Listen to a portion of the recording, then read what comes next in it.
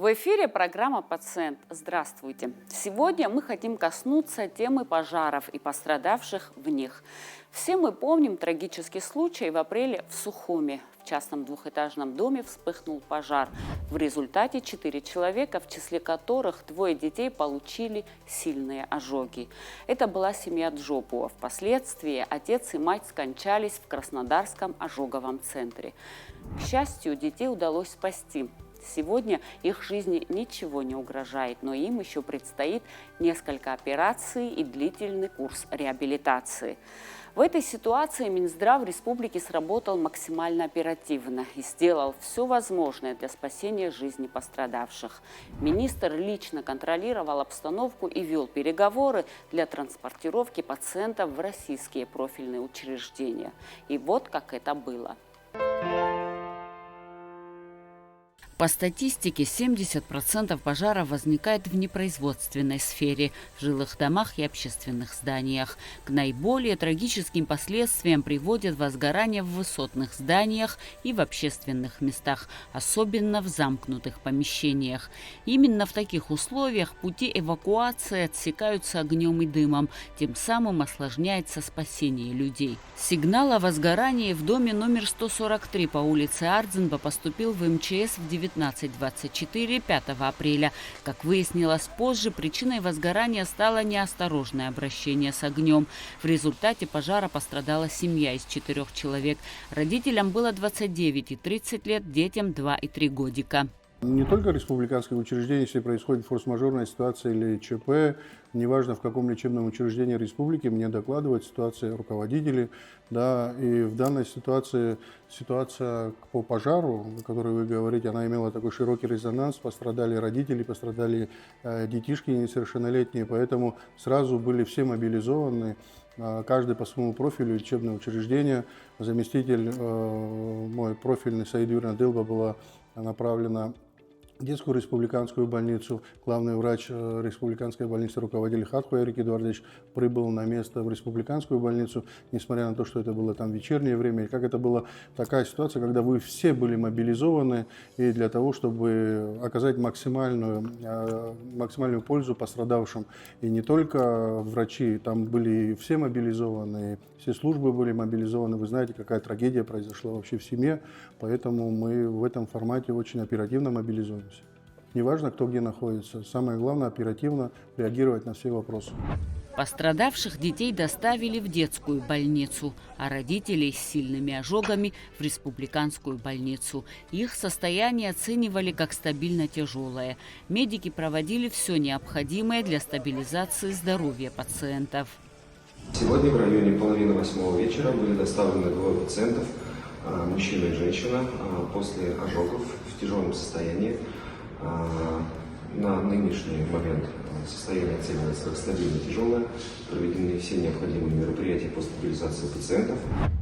С учетом того, что дети получили ожоги разной степени тяжести, через некоторое время их экстренно вывезли в Сочинский центр охраны материнства и детства. Договоренность о переводе детей была достигнута в ходе телефонных переговоров главы Минздрава Абхазии Эдуарда Будба с мэром города Сочи Алексеем Капайгородским. О состоянии пациентов было доложено президенту Аслану Бжания, который поручил оказывать максимальное содействие в вопросах помощи пострадавшим. Я переговорил по поручению президента с мэром города Сочи Алексеем Капайгородским, разговаривал и непосредственно с ЦАМИД, Центр охраны материнства и детства, Андреем Аргуновым. Было принято решение о срочном переводе детей в данное лечебное учреждение, и буквально в течение нескольких часов по стабилизации состояния, там после определенных мероприятий, которые необходимы были бы проведены здесь, на месте, детей вывезли в Центр охраны материнства и детства. Это уже потом, вторым этапом, из Центра материнства и детства по согласованию в ожоговый центр при Первой краевой больнице.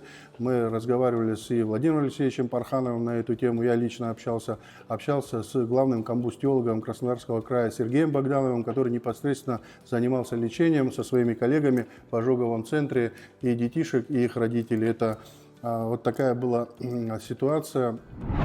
Врачи сочинской клиники оценивали состояние детей как крайне тяжелое. Они были переведены на искусственную вентиляцию легких. В то же время были достигнуты договоренности о переводе родителей детей, находящихся в реанимационном отделении республиканской больницы, в российский ожоговый центр ввиду тяжести их состояния.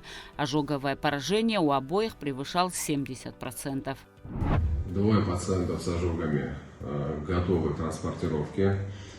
С момента поступления они находились в отделении реанимации, где проводилась интенсивная терапия по стабилизации состояния пациентов. Они получали антибактериальную терапию, инфузионную, плазмозамещающую терапию, проводилась первичная хирургическая обработка ран. Пациенты готовы к транспортировке. Транспортировка будет осуществляться в городскую больницу номер 3 города Сочи. Со вчерашнего дня мы находимся в непрерывном контакте с руководством городской больницы номер 3. Состояние пациента на данный момент оценивается как крайне тяжелое, учитывая площадь и глубину поражения. Площадь поражения составляет не менее 70% у обоих пациентов. Также по стабилизации состояния перевели родителей. Тоже большие площади поражения были у родителей, более 70% были и у отца, и у матери. И вообще все, и дети, и родители крайне тяжелые были.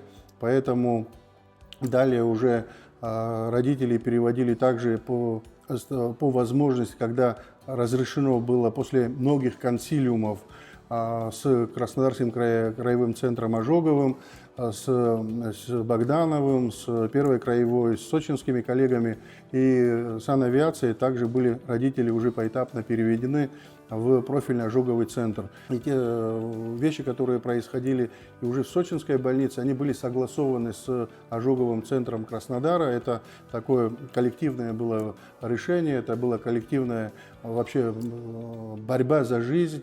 Это действительно колоссальные резервы были включены для того, чтобы помочь всем, кто пострадал в такой тяжеленной ситуации. Ну, вы понимаете, у детишек более 50% поражения тела, а у родителей там, более 70%. Также я уже говорил о том, что ожоги дыхательных путей.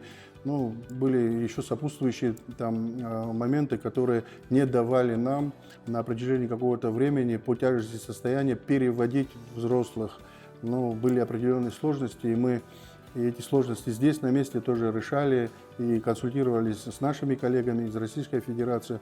Объем большой работы был проведен, и вот благодаря этому всему удалось в такие сроки перевести всех, кто в этом нуждается. Сначала детей в Центр охраны материнства и детства, а взрослых это 3-я больница, Хоста, ожоговое отделение.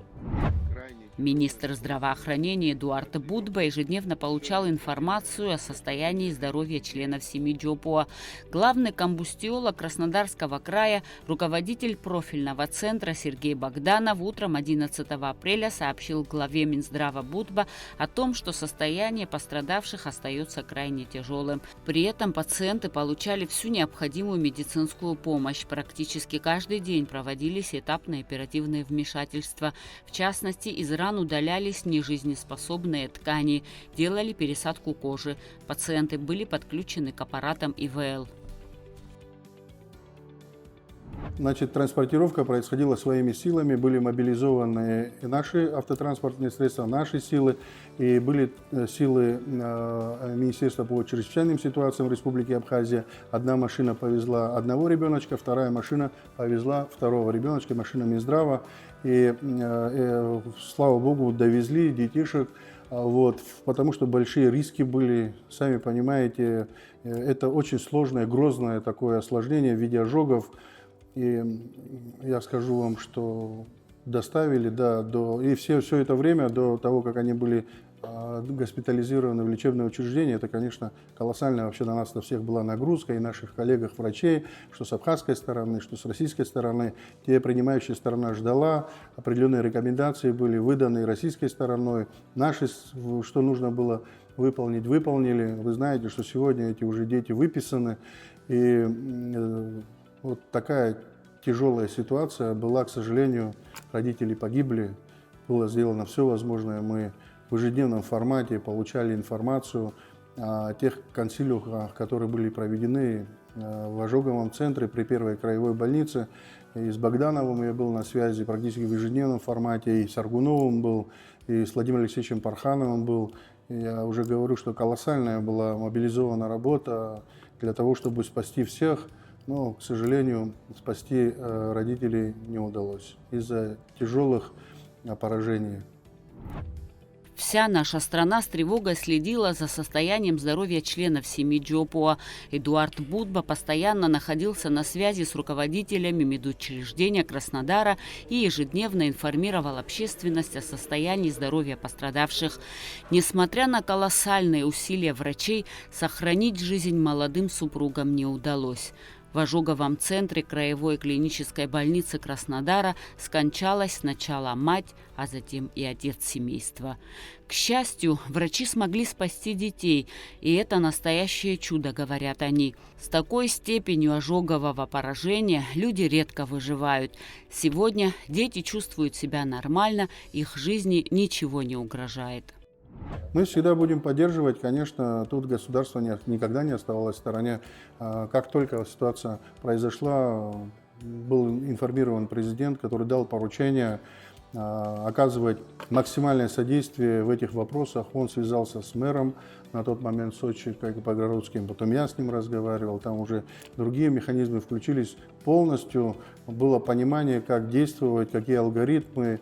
Да, это все в ночное время было переведено, потом уже вторым этапом вертолетами санитарной авиации в несколько этапов были переведены и детишки, и родители по стабилизации. Был период, когда одного из родителей по тяжести состояния мы не могли перевести в профильный центр, потому что все были на искусственной вентиляции легких в крайне тяжелом состоянии. Прогнозы были неутешительные. С самого первого дня все понимали, насколько крайне тяжелая ситуация в плане прогнозов. Никто никакие прогнозы не давал. Один день это уже была победа. Вот в таком ритме все жили. Каждый день, это уже есть победа. Поэтому вот такая тяжелая ситуация, к сожалению. Есть никто в Абхазии не остался в стороне от этих вопросов. Все переживали, все звонили.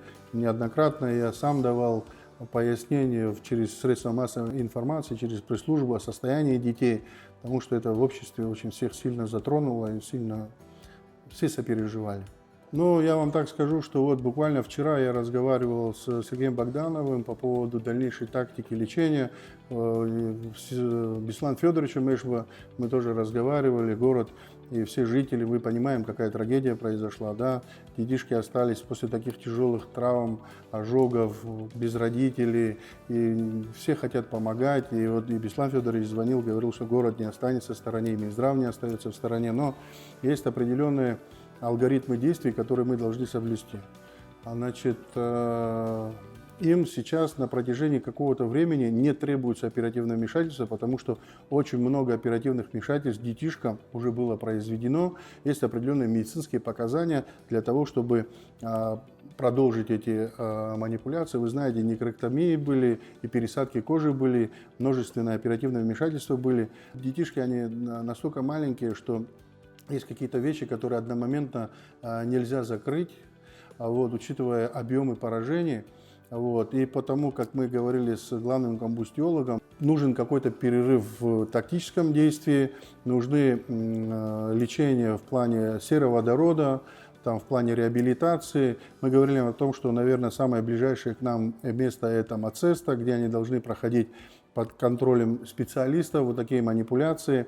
И потом будут многократные еще оперативные вмешательства по вообще тому, чтобы все сделать правильно. Потому что вот эти ожоги, килоиды и рубцовые поражения, которые есть, с ними надо заниматься, и на это уйдет много времени. И это говорят специалисты, которые в ежедневном формате с этими больными сталкиваются, у которых огромный опыт вообще лечения таких больных. Не в каждом городе, не в каждом центре есть такие ожоговые центры, ожоговые специалисты, поэтому нам, как говорится, с детишками вот так вот повезло, да, что мы оперативно смогли отреагировать все вместе, и огромное спасибо нашим коллегам, которые также все мобилизовались и Огромное спасибо также и коллегам из Российской Федерации, которые занимались всеми этими вопросами в круглосуточном режиме. В ожоговых отделениях принимают пациентов с тепловыми и химическими ожогами, электротравмами. В быту это термические ожоги детей кипятком при разведении огня во время отдыха или посещении бань, при использовании некачественных электроприборов и возникновении пожаров в зимнее время. При авариях это могут быть ожоги химическими веществами, пламенем при взрыве газа. Помимо экстренной помощи при ожогах, в отделениях хирурги-комбустиологи проводят реконструктивные операции. В Абхазии нет ожогового отделения, так как крайне редко бывают тяжелые пациенты, и их в основном вывозят в Россию. Ну, вообще, наверное, все нужно нам, но учитывая то, что вообще крайне редко такие бывают тяжелые пациенты, да, это держать ожоговое отделение должно работать, да, на определенное количество коек. Даже вот в Сочи не во всех лечебных учреждениях есть ожоговые отделения, есть только в одном месте, в Хосте, и есть центральное вот при Первой краевой. Поэтому, ну, может, как отделение, но это сложно говорить, но вот такого объема поражения, чтобы постоянно были заполнены койки, такого, наверное, у нас, к счастью, нету, и пусть этого не будет, такого поражения ожогового. Но никто ни от чего не застрахован, вы понимаете, спокойный вечер и вот такая трагедия в семье. Специалисты, конечно, они всегда нужны, но у нас сейчас наработан опыт определенных взаимоотношений с коллегами по разной направленности. Когда у нас вот комбустиологи нужны, мы можем связаться в любое время, которые могут правильно рассказать о тактике. Мы проводим консилиумы. У нас и по другим направлениям тоже есть выходы. Вот недавно были консилиумы с НИИ Буртенко, там, допустим, республиканская больница. Те специалисты, которые нам нужны в плане консультации онлайн. Сегодня техника очень много чего позволяет, когда можно и онлайн проконсультировать, и объяснить ситуацию, доложить ситуацию нашим коллегам и принять правильное, взвешенное решение. Никто не говорит о том, что самостоятельно что-то надо принимать решение. На это и тоже имеют право наши коллеги, но когда в режиме консилиума принимаются решения, это правильное решение. Врачи сделали все наше, все возможное на том этапе, в котором они находились. То есть это первые часы по детям. Потом, я же уже говорил, что у матери и у отца этих детишек были такие запредельные поражения, да, что ситуация требовала стабилизации при определенном этапе, только потом перевода. Это все, может, как-то кажется со стороны, что если человек получил ожоги, его сразу куда надо повезти, там, это и вопрос логистики и перевода крайне тяжелых пациентов, которые находятся на искусственной вентиляции легких, это тоже определенный риск. Это должно быть грамотное, взвешенное решение профильных специалистов, понимаете? Поэтому еще раз хочу сказать, что наши врачи на всех этапах нахождения пациента в Республике Абхазия сделали максимум для того, чтобы спасти жизнь. Мировая статистика свидетельствует, что большинство людей не думают о возможности пожаров, не заботятся о безопасности своего жилья, пренебрегают собственной безопасностью и здоровьем близких. К сожалению, люди недооценивают угрозу пожара и его опасных последствий. Конечно, беда может случиться с каждым, но навыки самозащиты и элементарные противопожарные знания в разы увеличат ваши шансы спасти свою жизнь и близких.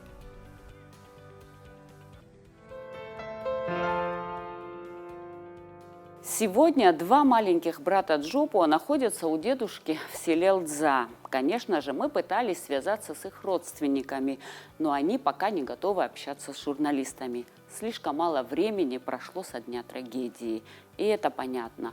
А малыши тем временем потихоньку приходят в себя. Впереди у них долгий путь восстановления. Пожелаем им скорейшего выздоровления. На этом я прощаюсь с вами. Будьте здоровы и до новых встреч!